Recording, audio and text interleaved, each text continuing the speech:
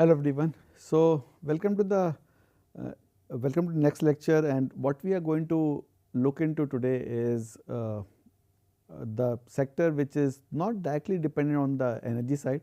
So, most of the sectors that we have looked in so far are directly somehow linked to the energy uses itself.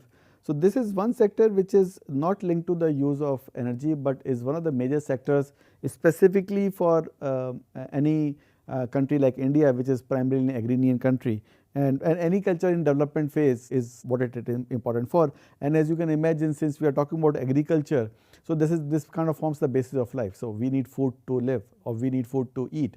And that is produced in fields primarily. So, that all is important in this humanity domain itself. So, this is a very important sector, and more so because agriculture kind of forms the foundational production system of all economies, be it food related, fiber related, or ecological service related. It is kind of forms the basis of most of the economics worldwide.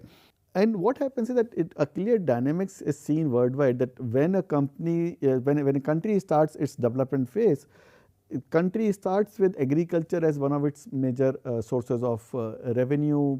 Most of the people are engaged into that activity because basically people need food to eat. So, that is kind of becomes the starting point for a lot of economies, and as the economies grow, then slowly industrialization starts, corporate starts, service sector starts, and then manpower moves from a agriculture based economy to a non-agriculture based economy. That's how usually the transition is done worldwide.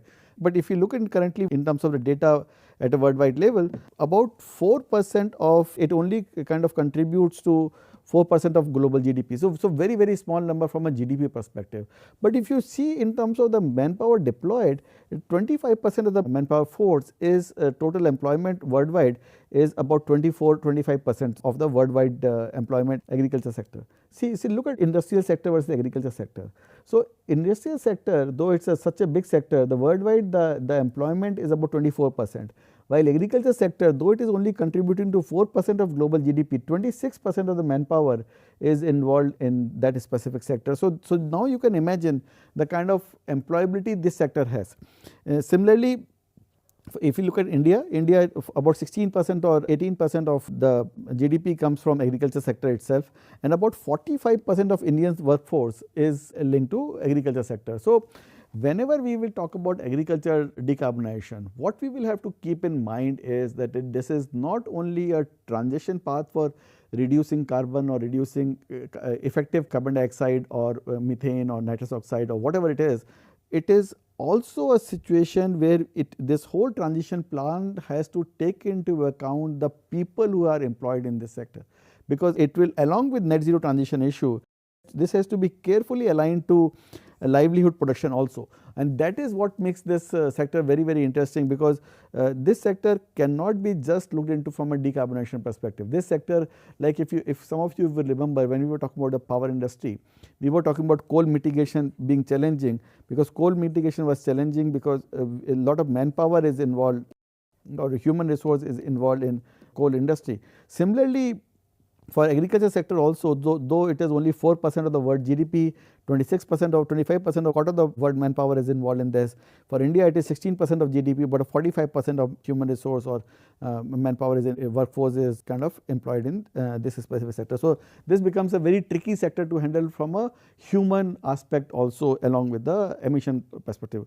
From an emission side, I'll come to emissions in a second, but before I go there, why this sector is also becoming more and more critical, because world has not plateaued with respect to its population. As we have seen, the world currently has about 8 billion people, which is expected to touch somewhere around 10 billion or 9.7 billion people by 2050, and then the world may start plateauing and start going down. And along with that, what is happening is that the world GDP is also going up. So, people paying power is also going up. With these two factors coming into picture, what you can now imagine is that you can again write a decomposition analysis like chi entity for this specific sector also, but you can imagine what will happen here is that total food production is expected to rise almost by 50 to 60% compared to 2010 level by 2050. That is what is expected, and this will come from rising incomes in emerging economies are associated with like it is moving towards higher consumption of animal protein and dairy products as people are getting richer and richer, or people are getting more dispensable income. So, instead of basic cereal based eating habits which will have its own impact on human body, or they will not get the required amount of nutrition from that specific aspects. People will probably move to get a consumption of animal protein and dairy products. So that will be another change which will happen, is that while the direct agriculture production will go up, the dairy product consumption will go up, animal protein consumption will go up, and overall this livestock expansion will contribute disproportionately to methane emission within the agriculture system. That is what is expected to happen. Like, so this sector will become highly methane intensive sector as we kind of go forward. Having said it, what is also happening in parallel is that at the same time about 1/3 of the food is also waste or lost in the system. So it is a very inefficient system, and those kind of inefficiencies are kind of built into the system overall. Like, so this is the world population graph, which clearly shows that while China was the highest population earlier, India will continue to be the highest population, but if you start accumulating everything together, you see that world may plateau somewhere around 10 billion people overall as a population, while we sit around 8 billion as of today. So this is expected to grow, and this is expected to grow in many parts of the world separately, but as you can see, India will be leading it, but some countries which are not so high growth, specifically from the African side, will have much more growth. So but overall, the message which I am trying to give you with this slide is that world will start seeing much more a consumption of both agriculture of field based food products and also animal based food products is what we will start seeing more and more consumption of it, right. From an Indian perspective, there are about 1.4 billion people who are currently there, or 1.4 to 1.5 billion. So, and India has to ensure that it kind of ensure that food and nutritional security is achieved for all these people, but under the changing climate condition. India is one of the largest producer of milk and dairy products, and that demand is continuing to grow. Like, if you look at the growth part of India, you look at all the sectors apart from cereals. Cereals and sugarcane probably have seen the least amount of growth in India. But if you look at all the other sectors, like fish has grown by 166%, meat has grown by 367%, spices have grown, vegetables have grown, fruits have grown, oil seeds have grown. So all of them has kind of more than doubled over from 2001 to from 2000 to 2022. In last 20 years kind of a thing. There in last 2 decades, they have kind of more than doubled most of the consumption, and those are highly emission products. Like when you will go to meat, we'll look into this meat, milk, and these are much more high emitting compared to some of the other vegetables and maybe some cereals which are less emitting. So India is slowly transiting like from an economy which was primarily agriculture based consumption to more high protein based consumption food habits, and those food habits would lead to much higher emissions as kind of India kind of goes along. Public procurement policies effectively around rice, wheat, this also impacts the cropping pattern a lot. What is that impacting in a way is that and we will see with respect to we all know about the current agriculture practices, and we will see that what kind of impact it has on the emission side. But what it does is that the issue which will not go very deep into in this specific course, but what it is also doing is that this is also leading to regional water scarcity, specifically in northwestern India, and that also in a way will constrain the future agriculture expansion, but on the other hand brings a different dynamics or different kind of challenges altogether. In the background of all this, Indian agriculture sector depends highly on the monsoon in many geographies within India itself, and this will have a huge bearing on the climate change issues, because climate change issues will have a huge bearing on this sector overall, because what climate change can do is that climate change can change the rain patterns, and that rain patterns in turn may impact the yield, and that may impact the agricultural habits also. So people may go for some different kind of agriculture practice which may not be highly methane reducing, or maybe in a very controlled kind of agricultural environment people may not move to. So that is another issue which India might face as we kind of go along. From an emission side, as we know that the agriculture sector kind of contributes about 13 to 21% of total global emission worldwide. And unlike the energy sector, which was primarily emitting carbon dioxide, this specific sector emits more of methane and more of nitrous oxide as its prime emission. This specific data is talking about this agriculture, forestry and other land uses emission to about 18%. Under that also, if you look at it, livestock and manure is about 6%, agriculture soil is about 4%, crop burning is about 4%, rice cultivation is about 1%, but significant given the size of it, And then you have all the other aspects where we are looking at forest land changes, cropland changes and grassland changes, which are not so high. But if you look at within the sector itself, it's primarily the livestock and manure, agriculture, rice and crop burning, which are prime reasons for this sector to emit so high. But what we will look into is that practices of this sector primarily emits methane and nitrous oxide as one of the major emission sources. But on the other hand, this sector also functions as a significant carbon sink, absorbing a huge amount of anthropogenic emissions because of the basic photosynthesis process that this sector kind of brings to the table, because basically crops grow based on the basic photosynthesis process itself. Therefore, agriculture system is a very interesting system, not only from the growth perspective. Like we looked at that, one interesting dynamics of this was that it employs so many people with so less of GDP. So basically it's a highly manpower intensive sector, or it employs the major part of the society worldwide. Second part that we were seeing is that it does not emit the carbon dioxide so much, but it emits more of a methane and nitrous oxide.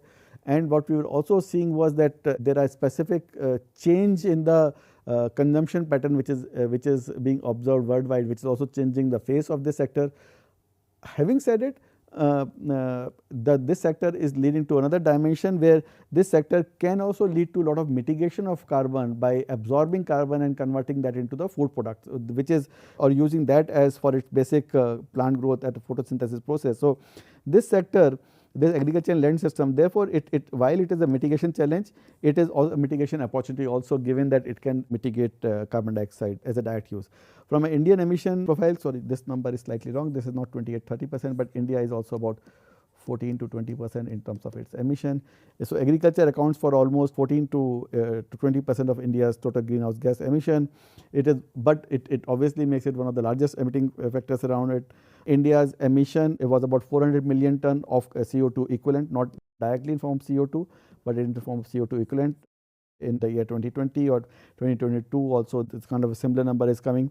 This sector is fortunately is not showing huge growth, so that also we will see that. But what we are seeing is that this sector is kind of plateauing out overall, and this sector is not showing huge growth. Like if you look at this sector specifically with respect to its growth potential from an emission perspective, this sector is not showing huge amount of growth from an emission perspective. But overall, it's a very significant factor for us to ignore or for not to consider overall there. Methane from enteric fermentation and rice cultivation forms the largest form of emission. Nitrous oxide, primarily because of fertilizer application and manure management, is another source of worry. So while our per capita emissions are lower, but just the sheer number of people who are employed in this sector and the sheer amount of agriculture that our country does, with that putting together, we are one of the highest emitters in the agriculture sector worldwide. So that's the situation. And what is very clearly evident is that while we are seeing this to be plateauing recently, from early years from 1970 till today, the emissions have jumped drastically from about 300 metric ton of methane emission, agriculture methane emission, from 300,000 of methane emission in 1970 to almost 450 or 500,000 tons of methane emission. And overall agriculture factor productivity has also gone up, but productivity increase has led to this kind of stabilization on the emission with respect to produce. But nonetheless, this sector is one of the major emitting sector in India and as far as the globe also goes. From a gas wise comparison perspective, methane emission from livestock is the single largest source within agriculture. We have seen in the earlier graph that out of the 16% what we are seeing, 6% comes primarily from this. Nitrous oxide emissions are also one of the major things, but they are closely linked to nitrogen fertilizer use and soil processes, and that's why what we will see going forward is that a lot of emphasis is being done non-nitrous based kind of manure or fertilizers which can live without nitrous oxide production also. For India, enteric fermentation contributes nearly to 55 to 60% of Indian agriculture methane. We will look into the root cause of that. Rice cultivation under continuous flooding is also one of the major reasons for Indian emission with respect to methane. And obviously fertilizer side also, rapid growth in fertilizer consumption is responsible. So India is kind of following the world trend, but as you can see that India is also growing very fast in this overall race of this emission, right. So if you just go by methane side also, for methane kind of production worldwide, food is the primary source which is responsible for methane production. So while you can see fossil fuel is also responsible for it, or landfills or transportation or the other biomass burning are also responsible for, but it is a food system which is the primarily responsible for methane emission. And many of you might remember that methane potency was about 25 to 28 times of the carbon dioxide potency. So each molecule of methane is that much more potent compared to carbon dioxide thing, and that is why while the net methane emission may not be that high, the net impact on the CO2 on GHG worldwide in terms of CO2 equivalent is very high when methane comes into picture. Let us look into some biophysical principles. What is leading to this methane emission is that when we are looking into enteric fermentation, or since we said that that is one of the primary reason for the emission to happen.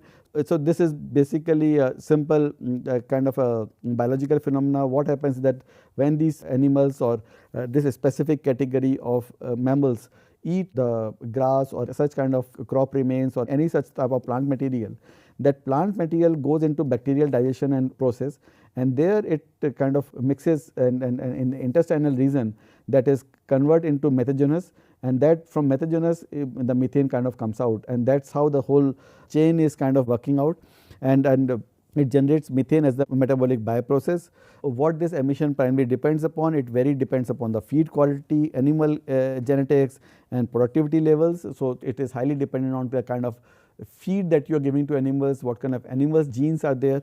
So what we can potentially play around in this thing, or what is being done at a research level, is that if you can improve the feed digestibility, if you can mix something in this feed which is used by these mammals to as their food system, if you can start mixing the right kind of sub components in that chain, we can potentially reduce the methane emission per unit of milk or per unit of meat produced. Again, if you see very carefully, what we are saying is that we are not changing the use, we are saying that the use remains same, change in use is not there. What is changing primarily is that how much of methane emission is there for that specific product to be produced. So what we are saying is that methane emission per unit of milk or per unit of meat. So therefore what we are saying is that productivity enhancement can simultaneously support income growth and as well as improve the emission reduction. So that is what the focus of research these days is, that can we improve the feed quality to these animals. The second highest emission factor, as some of you would remember from the graph, was the rice cultivation, and rice cultivation primarily emits methane, because what happens is that when the rice is cultivated, we have this huge water logging which is done, under which this rice is kind of grown, and which is historically the way people have been growing rice. But this rice cultivation under flooded condition creates anaerobic soil environment which is conducive to methanogenesis, and this methanogenesis bacteria then decomposes as organic matter and produce methane in waterlogged soils. That is what is happening, and then this methane which is produced, it is kind of gets released to the atmosphere either through the diffusion process through this waterlogged field. So this kind of gets released to that route, or through the plant root itself, when the plant is cut or when the plant is used, through that also this is directly released to the atmosphere. And this continuous flooding practices significantly increases the emission intensity. So what can be done in this area is that if we can work towards water management intervention, it can reduce the water logging without compromising on the yield significantly.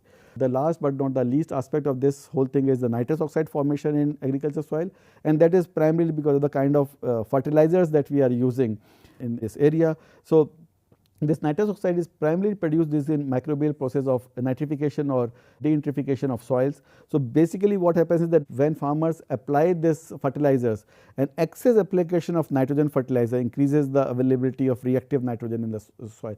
Nitrogen is needed by the soil system, but excess nitrogen in the soil system can lead to a situation of excess release of this nitrous oxide, and then on top of it, waterlogged or compacted soils, this enhances the associated nitrous oxide emission. And like while methane was about 25 to 28 times more potent compared to carbon dioxide with respect to its greenhouse gas potential, nitrous oxide is about 300 times greater potent than compared to carbon dioxide, and it has a kind of a similar life of about 100 years. So it is a very dangerous gas from a GHG management perspective. And so what needs to be done is that basically nitrogen use efficiency is therefore will be central to this this whole issue of agriculture decarbonization. So this is where this whole thought process has to kind of work upon, that we have to work on methane coming from animals, methane coming from rice side, and as well as nitrous oxide coming from the fertilizer side. So these are three focus area is kind of working on this system. When we look into this systems, like as I said earlier also, that this system was a huge savings system also with respect to its photosynthesis process, and like which I talked in terms of initially climate change when I was teaching about climate change also, or just a couple of minutes back also I said that this is a system which could potentially lead to the change in the whole dynamics of the absorption of carbon dioxide in the system also through the photosynthesis process. But what has happened over last many years is that land use has changed, particularly deforestation in for agriculture expansion has happened. And if you look at country wise, all the countries have kind of gone into that route, that gross emission from deforestation and other disturbances happened. And this overall, if you look at it, the tropical tree cover loss is leading to about 5.3 gigaton per year of kind of emission every year. But just look at China, the amount of emission which has happened. Look at all the countries, all the major countries in the world. What has happened is that this has led to huge amount of emissions which has taken place. So approximately 80% of tropical deforestation is linked directly or indirectly to agriculture activities. So while agriculture can decarbonize, while agriculture can absorb carbon dioxide, but what it is replacing? It is replacing forest, because what is happening is that we are converting this agriculture field to cities. That is the transition which is happening from this side. So to maintain the food productivity, what we are doing is that we are cutting into the agriculture into forest land. So this city limits are pushing the agriculture lands to go away, and this push on the agriculture land is then pushing the forest cover to kind of get reduced. And then when forests are cleared, both ground biomass and soil carbon stocks are also released in atmosphere. Now you remember what we were talking in terms of carbon, this changes in the environment when this snow covers were getting removed. When snow covers were getting removed, a lot of carbon dioxide which was trapped in the soil below this snow for ages was getting released in the atmosphere. Similar phenomena happens when the trees are getting dislocated, when trees are cut, these forests are cleared. So both above ground biomass and as well as soil carbon stocks is getting released in the system. So this is a paradox which kind of needs to be resolved. So while we kind of go back to understanding that this intact forest and intact grassland works as significant carbon sink, about 30% of the annual anthropogenic carbon dioxide is absorbed by these sinks. So removing them for agriculture land, well, agriculture land can also absorb, but overall this change is leading to a situation where the loss of these forests is impacting the environment so much that the agriculture expansion is not able to cover for it. So there is a balance which needs to be maintained with respect to the growth of agriculture sector or maintenance of the agriculture sector which is being pushed by the city growth and cutting of the forest area. So this balance has to be kind of maintained pretty well. In India, fortunately what has happened is that while we see a dip in India around this time frame, but India has kind of recovered, and India has kind of seen a overall change in the forest cover over last 20 years kind of a phenomena, and it is kind of forest and tree cover has kind of remained stable or is in the growth path over last few years. The number is not changing a lot because the baseline here is about 18, it is not a zero baseline. So it is kind of remained flattish kind of a thing, but what this picture does not show is that there are localized land degradation issues, soil erosion issues, and conversion pressure which is there on these agricultural fields. So what this data needs to be looked into in totality is that this, while forest cover, India has been able to maintain its forest cover, the city which is pushing into agricultural land, that data has to be seen along with this data. And so is my overall cover remaining same? The answer for that would be no, because we have been a country which has more agricultural land available or being used because our productivity has not been so good historically. So since that has been the case, so what has happened is that we had that leverage or we had that liberty of converting some of our agricultural land into our urban land area. So this kind of a push into the agriculture sector from the urban side while forest has been able to hold on to its ground. But if you put both the sectors together, which is the agriculture, forest and land uses, there you will see that our emissions has been on the growth trend overall, while we have been able to maintain the forest cover as it is. So, just to kind of recap, what we have done so far is that we kind of understood that what are the prime reasons of this sector to be a worrisome sector for us, which are methane, nitrous oxide, which are primarily responsible for the emission in these sectors, and it is a livestock, rice cultivation, land uses, specifically this is to fertilizers, and backdrop of it, this thing is changing the forest pattern, and this forest pattern is leading to losing sink of carbon dioxide, and this whole ecosystem which is kind of getting disturbed in this whole process is what is leading to this sectors having one of the highest emissions worldwide, which is about 16 to 18% of net emissions worldwide is coming from this sector itself. Because then what happens is that one, we start losing on this aspect, and second, whatever we are doing here is leading to the production of methane and nitrous oxide overall. So, let us talk in terms of mitigation. So, on the rice sector side, what is again, anybody looking to do deeper research in this need to refer to more deeper literature around it. I will give you kind of an overall high level view of what is happening in this sector. So, alternative wetting and drying irrigation techniques are kind of getting developed slowly, which is leading to that the rice seed itself can actually potentially be wetted offline and then dried and then put in the field in some kind of a germinated form. And if you put that in some kind of a germinated form, that can potentially lead to a crop growth without this water logging. And then this water logging doesn't need to be done out of overall field. What it can be done is that this water can be just deployed around the plant itself during using drip irrigation or micro irrigation. Then field is left to dry again, or the rice crop is left to dry again, and then water is maintained during the panicle initiation period, and before harvesting the field is again left dry. So, it is alternative, the seed is soaked in water,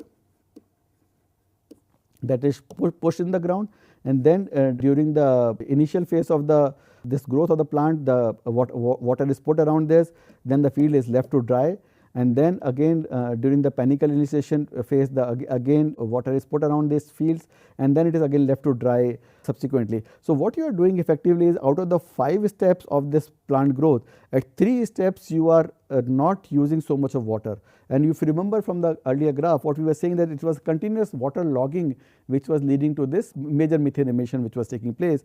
So, this process can actually have been seen to reduce about 30 to 50% of methane emission compared to continuous flooding, that is the practice right now. In India, what is seen is that large scale adoption of improved irrigation management and could significantly reduce methane emission in rice producing stage. And also what it can do in turn is also, if you remember correctly what we discussed earlier, that it can also work effectively on the water table story also. Another thing which is on the livestock mitigation strategies, what has been talked about there is that feed additives such as 3-NOP have demonstrated substantial methane reduction potential under control condition. So, this has kind of seen that if you can make something in the feed which is being given to these animals, this can potentially reduce the methane emission or methane generation during the digestive process. Significantly it can reduce. It can also selective breeding and animal hen improvement can also improve productivity per animal and reduce emission intensity, because it is basically what we are looking to do is not produce so much of animal, but what we are looking to produce is so much amount of milk or the amount of meat which needs to be consumed by the people. So, from that side, that kind of management also can in turn help us to reduce the methane emission from this specific sector. In India specifically, what needs to be done is that the dairy system in India is very fragmented, because there are very small stakeholder in this dairy sector which also are working. So, they require context specific solution that combine productivity and enhancement with methane mitigation. So, really hand holding of that specific sector has to be done in India specifically to manage this issue. In terms of nitrogen management and fertilizer reform, this could be basically done by the efficiency improvement and balanced fertilizer application. Like it should be the right source, it with the right rate, with the right placement, with the right timing. That is kind of the becoming the key in this sector, and each one of them will have its in terms of that a lot of science is being worked around this area in terms of that what should be the right amount of the nitrogen fertilizer which needs to go in soil, and this could lead to a situation where this nitrogen based fertilizers can become much more effective with respect to their absorption in the ground, because this India has suffered from this excessive use of urea historically. India has suffered from excessive use of this strong fertilizer historically, because basically this Harit Kranti that came long back, while it has kind of led to fulfillment of the food for needed for Indian agriculture system or for Indian people, what it has led to is that it has led to very uncontrolled practices in the agriculture sector, and those uncontrolled practices in Indian agriculture sector has kind of set into our processes for so long that that it has now started to harm our agriculture system more than support the agriculture system. So, again a huge amount of nitrogen management and fertilizer reform training has to be imparted at a villages level. So that again becomes the key. So, we have kind of touched upon that what are the issues in this sector, what are potentially being looked into this sector from a changeover perspective. What we will look into next lecture is that what are the financial challenges around it, what are the social challenges around it, how this story is kind of getting is evolving, and how it can support India in its overall journey towards net zero emissions toward in 2070. That how is this sector kind of working or can work towards helping India to achieve its net zero, or world also in terms of its net zero emissions, how this sector can also be an effective sector from that side. So, we look that deeper into next lecture. Thank you.